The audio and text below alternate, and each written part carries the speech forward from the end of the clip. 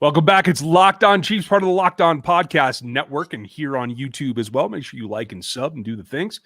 We are going to get into some updates, when training camp is going to start, because it is getting here pretty quick now, and what the tight end room is going to look like for the Kansas City Chiefs as we get going here mid-July. It's getting done, and we are getting closer all the time. Hope you guys are with us. Welcome to Locked On Chiefs.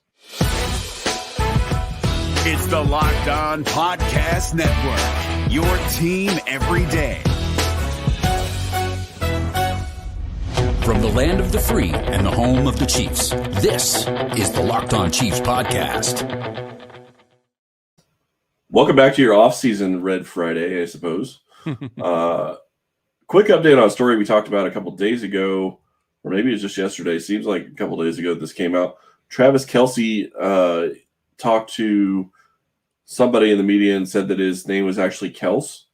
And then everybody blew up yesterday on social media. People were talking about it. And it appears that Kelsey's brother actually has come out and stated that it is Kels. But they've been going by Kelsey for years. It's interesting. I would not put it past either brother Kelsey to continue this charade even farther. But hey, whatever they say is whatever they call themselves is what I'll call them. How's that? Fair enough. Oh, and honestly, people refer to him as Kels sometimes anyway, even though Kelsey is pretty short by itself. Yeah, I always thought that was a nickname. I have only heard that come out of Andy Reid's mouth, so it is what it is. But hey, if anybody's going to pull a prank a little bit farther, it's probably those two brothers. Yeah, I can see that. And it's going to, it is what it is, and they will figure it out before the season starts. And obviously, it's not really even news. Just thought it was kind of funny that it's still going on, and the other brother is now in on it at some point. Yeah, so, I want to know when Papa Kelsey has something to say about it. Then I'll worry. You're right. Of course, who knows? With those two, maybe he's just as much of a hitter as they are. Maybe he's the mastermind. Is that what you're saying? Well, I mean, they had to get it from somewhere. So, right. Who knows on that regard? So, something to watch, definitely. Today was the franchise tag designation, the last day to get deals done. Nothing really happened for Kansas City. They didn't have anybody they tagged. There was one signing, and Moton got a $72 million contract over 4 years, I believe. Hey, good for him. I didn't see that coming, to tell you the truth, but hey, you got to do what you got to do. Protection is the name of the game here when everything revolves around the quarterback. Absolutely. And it's good that he got the deal done with the Panthers. 4 years, $72 million, $43 million guaranteed at signing. Okay, 4 years, 72, is that what it was? Yep, 18 a year. I mean, that's the floor for Orlando Brown. If he has a tough transition to Reid offense. I mean, this is looking more and more like getting outpaid by outpaying some quarterbacks in this league. Yeah. And if those quarterbacks signed a contract in the past 2 years, probably continuing to be outpaid for a couple more years, just because of the way the NFL works. The other thing that I do want to mention is there was a little bit of an update on the Frank Clark situation when it comes to his contract and money. Yes, they would have a $20 million dead cap space if they did cut him. I'm not saying they're going to. I'm just saying that that's what would happen if they cut him.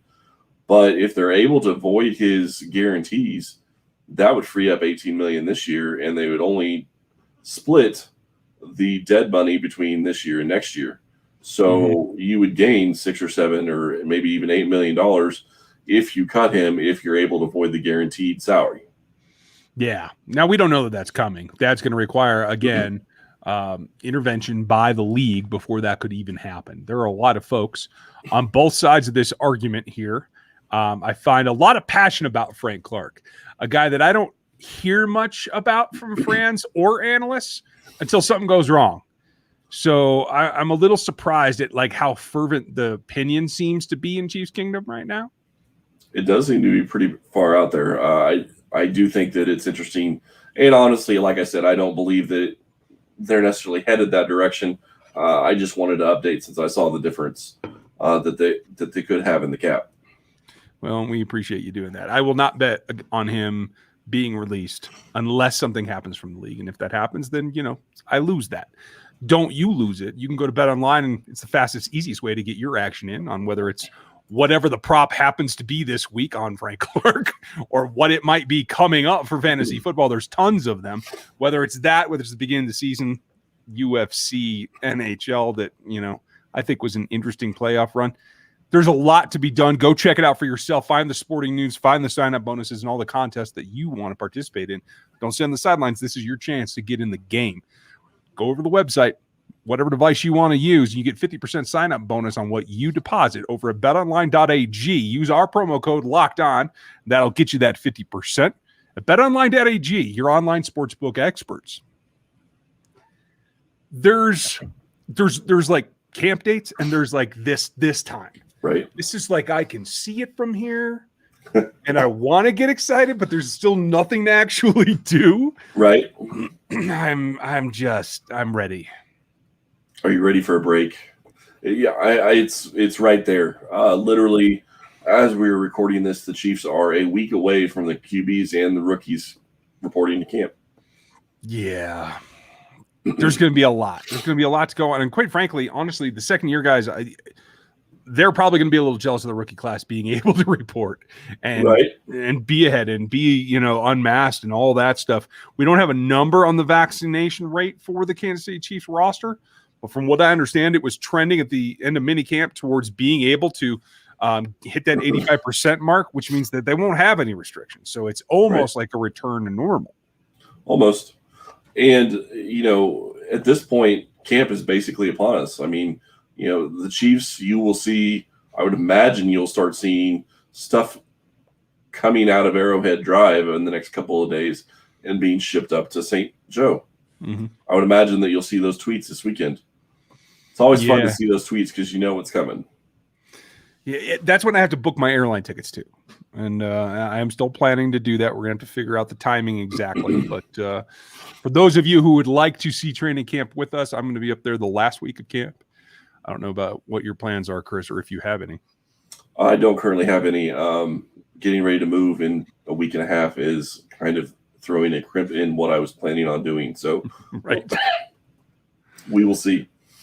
Well, we're about a month away from that trip for me, so we'll see what we can do. We'd like to know what you guys want to see up there. And from my perspective, getting the rookies and the QBs in, that's all well and good. For the rookie class, certainly learning the ins and outs, getting that much farther down the line from what you learn in OTAs, more power to them. As many reps as they can get mentally. We know they're not going to be doing a ton of work that week. It's not terribly physical. It's walkthrough. It's, basic passes on air. The quarterback is about the least important one that I think needs to be there, just because no one's going to play but Patrick Mahomes unless there's a problem. If it is, it's going to be Chad Henne that hopefully never runs again, but you have to feel very confident and can run the offense. And I actually disagree with you on the QB situation. I understand what you're saying about Patrick, and I hope the other guys never play. But I do think that this time with the coaches close to pretty much one-on-one is going to be very important for the young guys. Not Chad Henne and not Patrick Mahomes, but the young guys. So you mean Bichelle and Gordon, or you mean the rookie class in general? Well, the rookie class too, but I was talking Bichelle and Gordon. Okay. Specifically. I mean, I do think that, having that one-on-one time with Andy Reid, having that one-on-one time with, Eric Bieniemy and all the, coaches that are going to be up there and getting different aspects. I mean, honestly, they're going to have one-on-one time almost with the positional coaches as well, because you're going to have all the rookies there and their position coaches have to be there. So you're going to be having the QBs being able to get probably input from the different positional coaches in different aspects of their game as well. So I think that's a very valuable time. So pick one out of the rookie class. Who do you think has the most to gain during that extra week, and then maybe the first 5 days of acclimation as well? Man, that's tough. Honestly, Creed Humphrey is a rookie, but I think he's going to be a starter. I don't know that he has a ton to gain. Nick Bolt's a guy that maybe has a lot to gain. It's possible. I don't think he's going to have a huge role in the defense this year, but if he's able to get up to speed and get the defense down, maybe he's going to be a guy that's going to replace Ben Neiman. And maybe they will have a 3 linebacker set that will actually be somewhat excited about. Yeah, I think that'll be really interesting. I think the guy that's got the most to gain right now is just with how much information he's been thrown. I think Noah Gray can actually take a step forward during this time in being able running routes on air is just air, but still it's more reps for him when it comes down to Mahomes calling his number in a ball game. Yeah, and I will also throw out Trey Smith. I think this time will be valuable for him as well. Yeah, I can see that. It's a difficult transition, I think, for these guys, but especially in the isolation of St. Joe, being away from the city and being away from, wherever you're trying to rent an apartment and those kind of things, I think that's got to help. Right. And, you look at this rookie class and, you're going to have guys that are going to come in and they're going to feel like they're pretty safe in their job and maybe they won't be safe in their job. That's always something to watch is the undrafted guys that come in hungry, and you can really tell that from day one they are on it. And I do think that we're going to see maybe even, I don't think 2, but I think that there's a possibility of at least 1 undrafted player that's new this year to Kansas City that will make the team.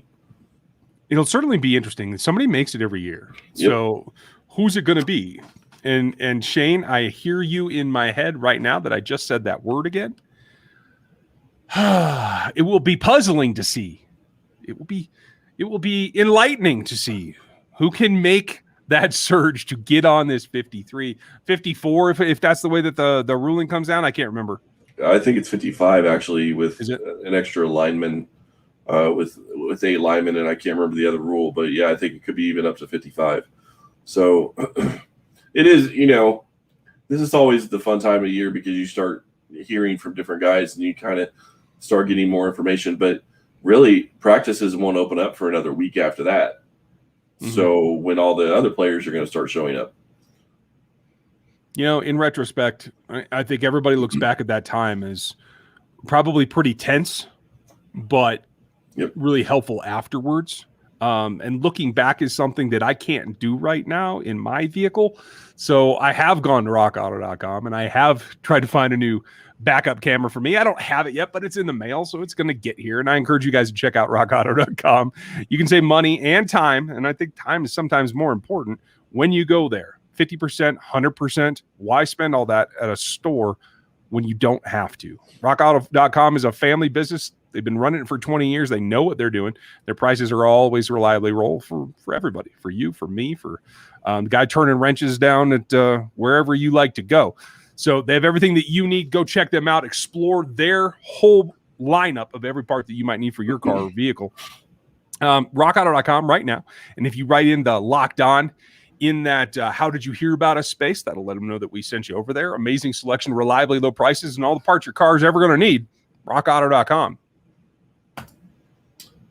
And now we get to talk about my favorite sponsor that we've had in quite some time. I love Built Bar. They're absolutely delicious. I'm sure Ryan has his little Built Bar treats right next to him.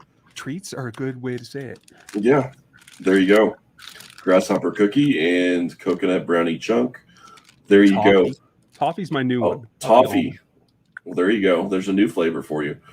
Built Bar has 9 different flavors: coconut, raspberry, mint brownie, double chocolate, salted caramel, strawberry, orange, cookies and cream, German chocolate.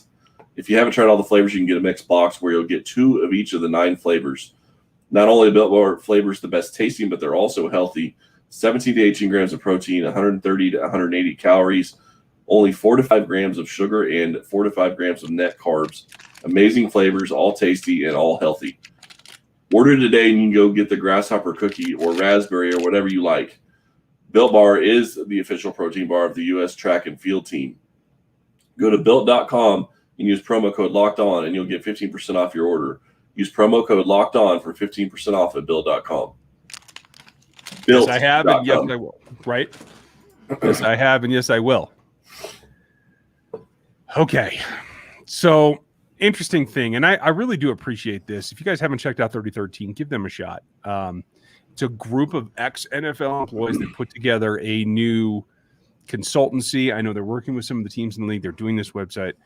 They take what I think is some of the things that we don't always think about as a former GM running it, Mike Tannenbaum, from a bit of a unique perspective. And one of the things that comes up is like, how old are you at each position?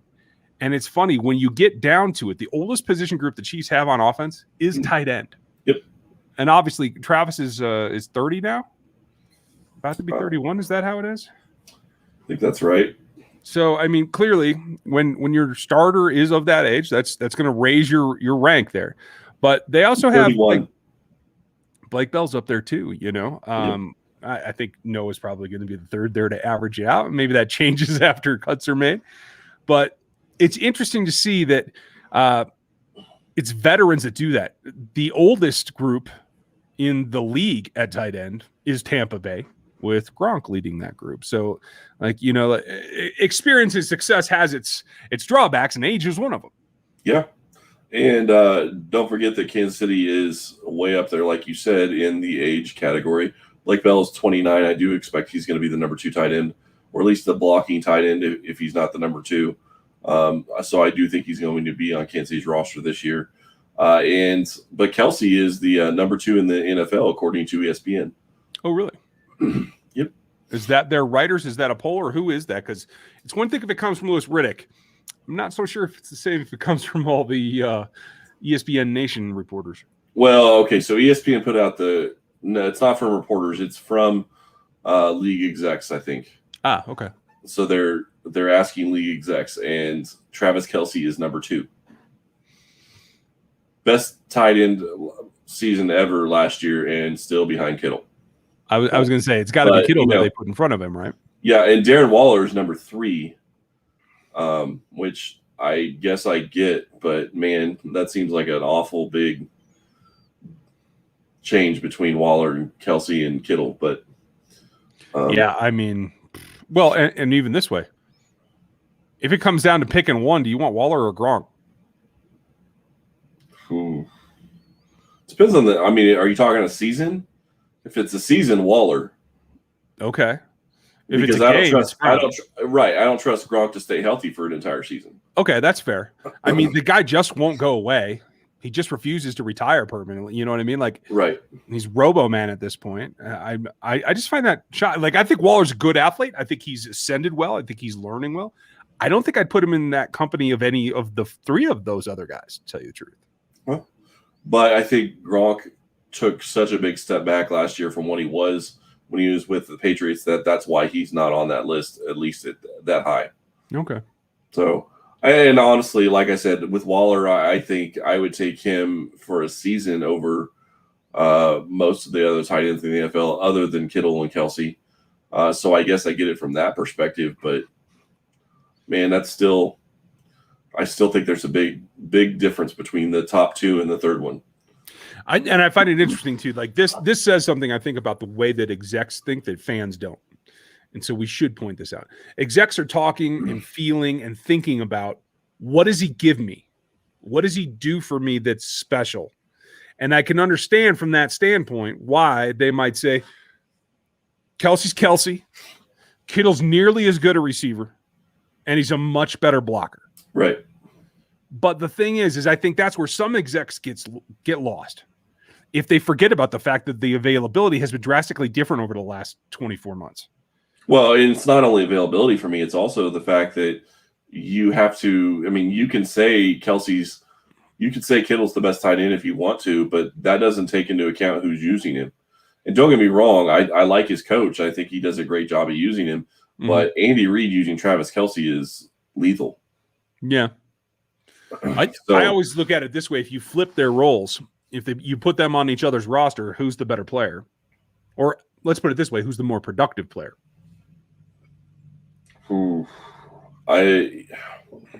Because I think Kittle would open Andy up a little bit. Yeah, and I think you're right. I think Kittle would have a better season because I don't think that Garoppolo has the ability to help Kelsey as much as Mahomes will help Kittle. Yeah, that's my thought as well. I think Travis would still be the leading pass catcher on that San Francisco roster, but he's not catching those deep overs at, 18, 24 yards deep and then have room to run. That's not happening with Garoppolo. Maybe with Trey, I don't know. Yeah, but are you going to bet on that in the next 2 years? I mean, is Trey? Nah. You would think that Trey Lance is going to start in probably not the end of this year, but maybe. Oh, I think he's going to start in the first half of the season. Really? Yeah, I don't think Garoppolo can hold him on. And that's possible. The question I have is he going to be able to pick up the NFL, and are they going to be willing to let him actually learn? Because the problem is if you throw a rookie in there and even if he's mostly ready, you're still going to have rookie mistakes that you wouldn't have if you waited a year or two. Yeah, but if you saw the piece that that Schrags did with McDermott and Shanahan is pumped. Like he sees the upside, the ceiling of his offense with a quarterback like this. I don't think there's any way that Lance isn't a starter by week 9. And if you're right, then that could change what Kittle will do. Yeah. Especially considering rookie QBs generally will lean towards their tight ends even more than they will the wide receivers. So that could really help Kittle. But again, the question is Kittle going to be healthy? I'm not trying to call him injury prone, but he spent most of the season injured last year. So it is a question for going forward this year. And like I said, I understand why league execs put Kittle ahead of Kelsey. I don't agree with it, but I understand it. At least it's an arguable thing. I'll still take Travis Kelsey out there running routes over Kittle any day. Oh, yeah, me too. Absolutely. And the other key is that Andy Reid would change the way he uses the tight end if he had Kittle. And I don't mean that as a thing against Kelsey near as much as it is Kittle gives you a different skill set. I mean, the receiving is still going to be there, 85%, I would say, maybe even more of what Kelsey can do. But at the same time, he's going to give you the ability to block, which is going to open up other plays and is going to give you other options when you run those other plays. So it could be fascinating to see. Obviously, we'll never see it, but no, and let's hope that we don't. We'd like to know what you guys think, though. What do you think about Kelsey versus Kittle? Is there an argument to be made there, or are you guys sure that it's not that close? Let's see how you guys differ from us. Leave us your thoughts at Locked On Chiefs on Twitter. In the iTunes reviews for this podcast, we would very much appreciate the 5 stars. That helps us out and helps other Chiefs fans find us. And please like and sub over on the YouTube channel. We are now multimedia. I like being able to say that. And we thank you guys for all the support on all the platforms as of late. A week away, and you're going to get to see some rookies actually doing some things. Yep. So thank you for listening to us today. Have a great weekend, and we'll talk to you Sunday. And if you're watching us on YouTube, go tell your friends to watch us on YouTube. We'd love to hit 1,000 subscriptions before camp. Ooh, we're getting close. Keep it up, folks. Thank you for your help. We'll talk to you next.